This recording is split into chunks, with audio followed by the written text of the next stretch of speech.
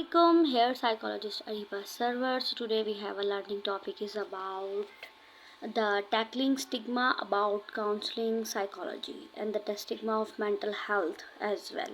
So, firstly, we are discussing that what is stigma. Stigma is a judgment of treat someone unfairly.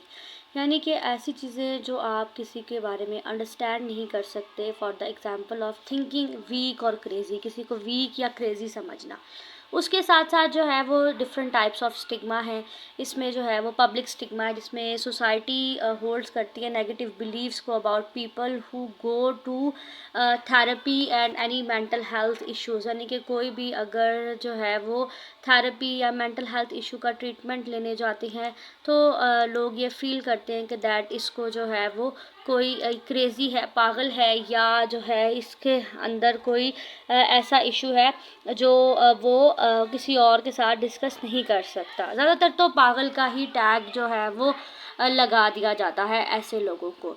तो इसमें जो है वो दूसरी इकसाम की बात की जाए तो जिसको हम खुद पर बदनामी यानी सेल्फ स्टिग्मा कहते हैं। जब इंसान खुद को मनफी बातों पर यकीन कर लेता है और मिसाल मुझे मदद नहीं लेनी चाहिए, लोग मेरा मजाक उड़ाएंगे, ये सेल्फ स्टिग्मा होता है। उसके बाद इंस्टीट्यूशनल स्टिग्मा, जिसमें इदारा जाती जो है वो बदनामी, जब इदारे जैसे स्कूल दफातर जहनी सेहत के मसाइल के लिए सवालात नहीं देते, सहूलत नहीं देते, तो दफ्तर में जहनी सेहत को छठी या काउंसलिंग की सहूलत नहीं होती, तो उसकी वजह से भी जो है वो स्टिग्मा क्रिएट होता है। लोग जब स्टिग्मा के बहुत से नुकसानात हैं, जब लोग जो है वो काउंसलिंग मदद नहीं लेते तो वो घबराते हैं, शर्मिंदगी तन्हाई महसूस करते हैं, ज़हनी दबाव बढ़ जाता है, माशरा मनफी रवैया इख्तियार कर लेता है।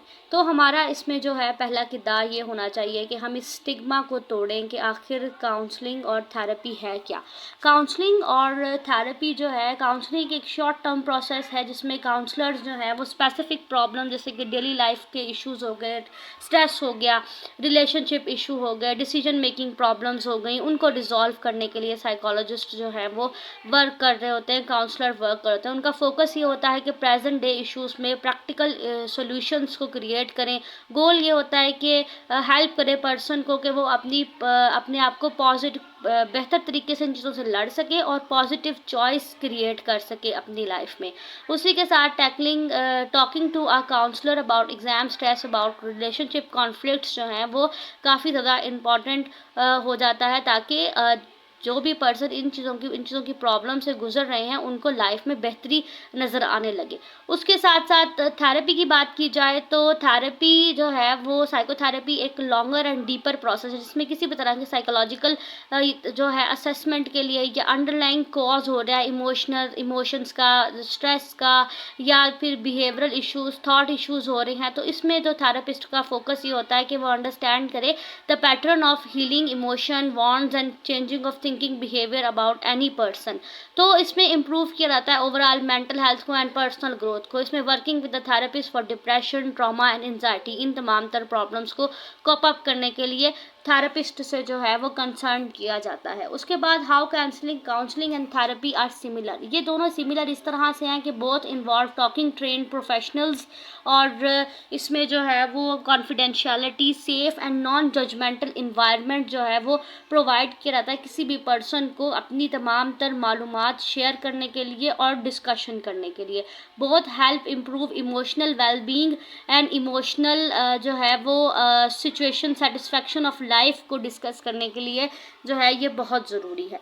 अब अगर इस स्टिग्मा को ब्रेकअप करने के बारे में बात की जाए तो इसमें सबसे पहले एजुकेशन एंड अवेयरनेस बहुत ज़रूरी है। नॉर्मलाइज किया जाए मेंटल हेल्थ को, यानी कि एक्सप्लेन किया जाए कि मेंटल हेल्थ प्रॉब्लम भी उसी तरह इम्पॉर्टेंट है जिस तरह फिजिकल हेल्थ इंपॉर्टेंट है। जैसे हर कोई फिजिकल एक्सपीरियंसेस से जो है वो एक्सपीरियंस करता है, इसी तरह मेंटल हेल्थ प्रॉब्लम्स यानी इमोशनल स्ट्रगल भी एट द सेम टाइम लोग एक्सपीरियंस कर रहे होते हैं। कुछ करेक्ट किए जाएं कुछ मिसकॉन्सेप्शंस को, लाइक क्लैरिफाई किया जाए कि थेरेपी सिर्फ उन लोगों के लिए नहीं होती जिन्हें सीरियस मेंटल हेल्थ इशू हो।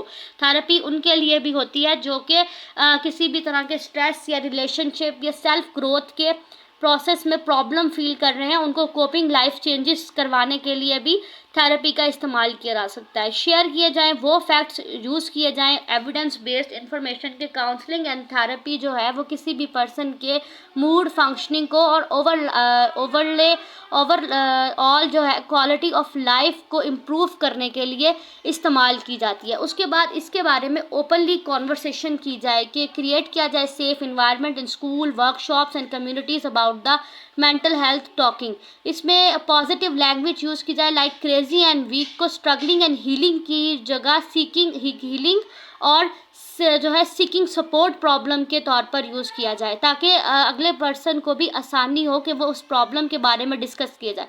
हाईलाइट किया जाए रोल मॉडल्स को, कि वो लोग जो इस तरह की प्रॉब्लम से गुजर चुके हैं वो अपनी स्टोरीज शेयर करें। सेलिब्रिटीज़ एंड पब्लिक स्पीकिंग के ऊपर बात की जाए, ताकि किसी भी पर्सन को इस तरह की प्रॉब्लम से गुजरने के टाइम पर हेल्प मिल सके। Cultural and community engagement create की जाए, स्कूल्स एंड कॉलेजेस के अंदर डिफरेंट वर्कशॉप्स क्रिएट की जाएं, जिसमें मेंटल हेल्थ रिलेटेड जो प्रोफेशनल्स हैं वो आएँ और अपने तौर पर लोगों के साथ जो है वो डिस्कशंस करें कि कितनी ज़रूरी है किसी भी पर्सन के लिए मेंटल हेल्थ रिलेटेड प्रॉब्लम जो है वो लेना। पीर सपोर्ट सिस्टम में इनकरेज किया जाए by the Pir counselling and mental health ambassadors, जो कि मॉडल होते हैं इस चीज़ की ओपननेस के। और साथ ही साथ आप लोगों को जो है वो लाइवलीहुड जो है वो कम्युनिटीज़ को ज्वाइन करना चाहिए, जो वैलिड थेरेपी एंड लेगिमेटेशंस के ज़रिए लोगों की हेल्प करती हैं, जो लोगों को अवेयरनेस प्रोवाइड करते हैं। इसमें सोशल मीडिया का जो है वो मीडिया का जो रोल है वो बहुत इंपॉर्टेंट है। प्रमोट की जाए positive portraits by the social media, और जितनी भी मिस इन्फॉर्मेशन है या मिसकॉन्सेप्शंस है उन्हें क्लियर किया जाए। Must like, comment, share and subscribe the channel.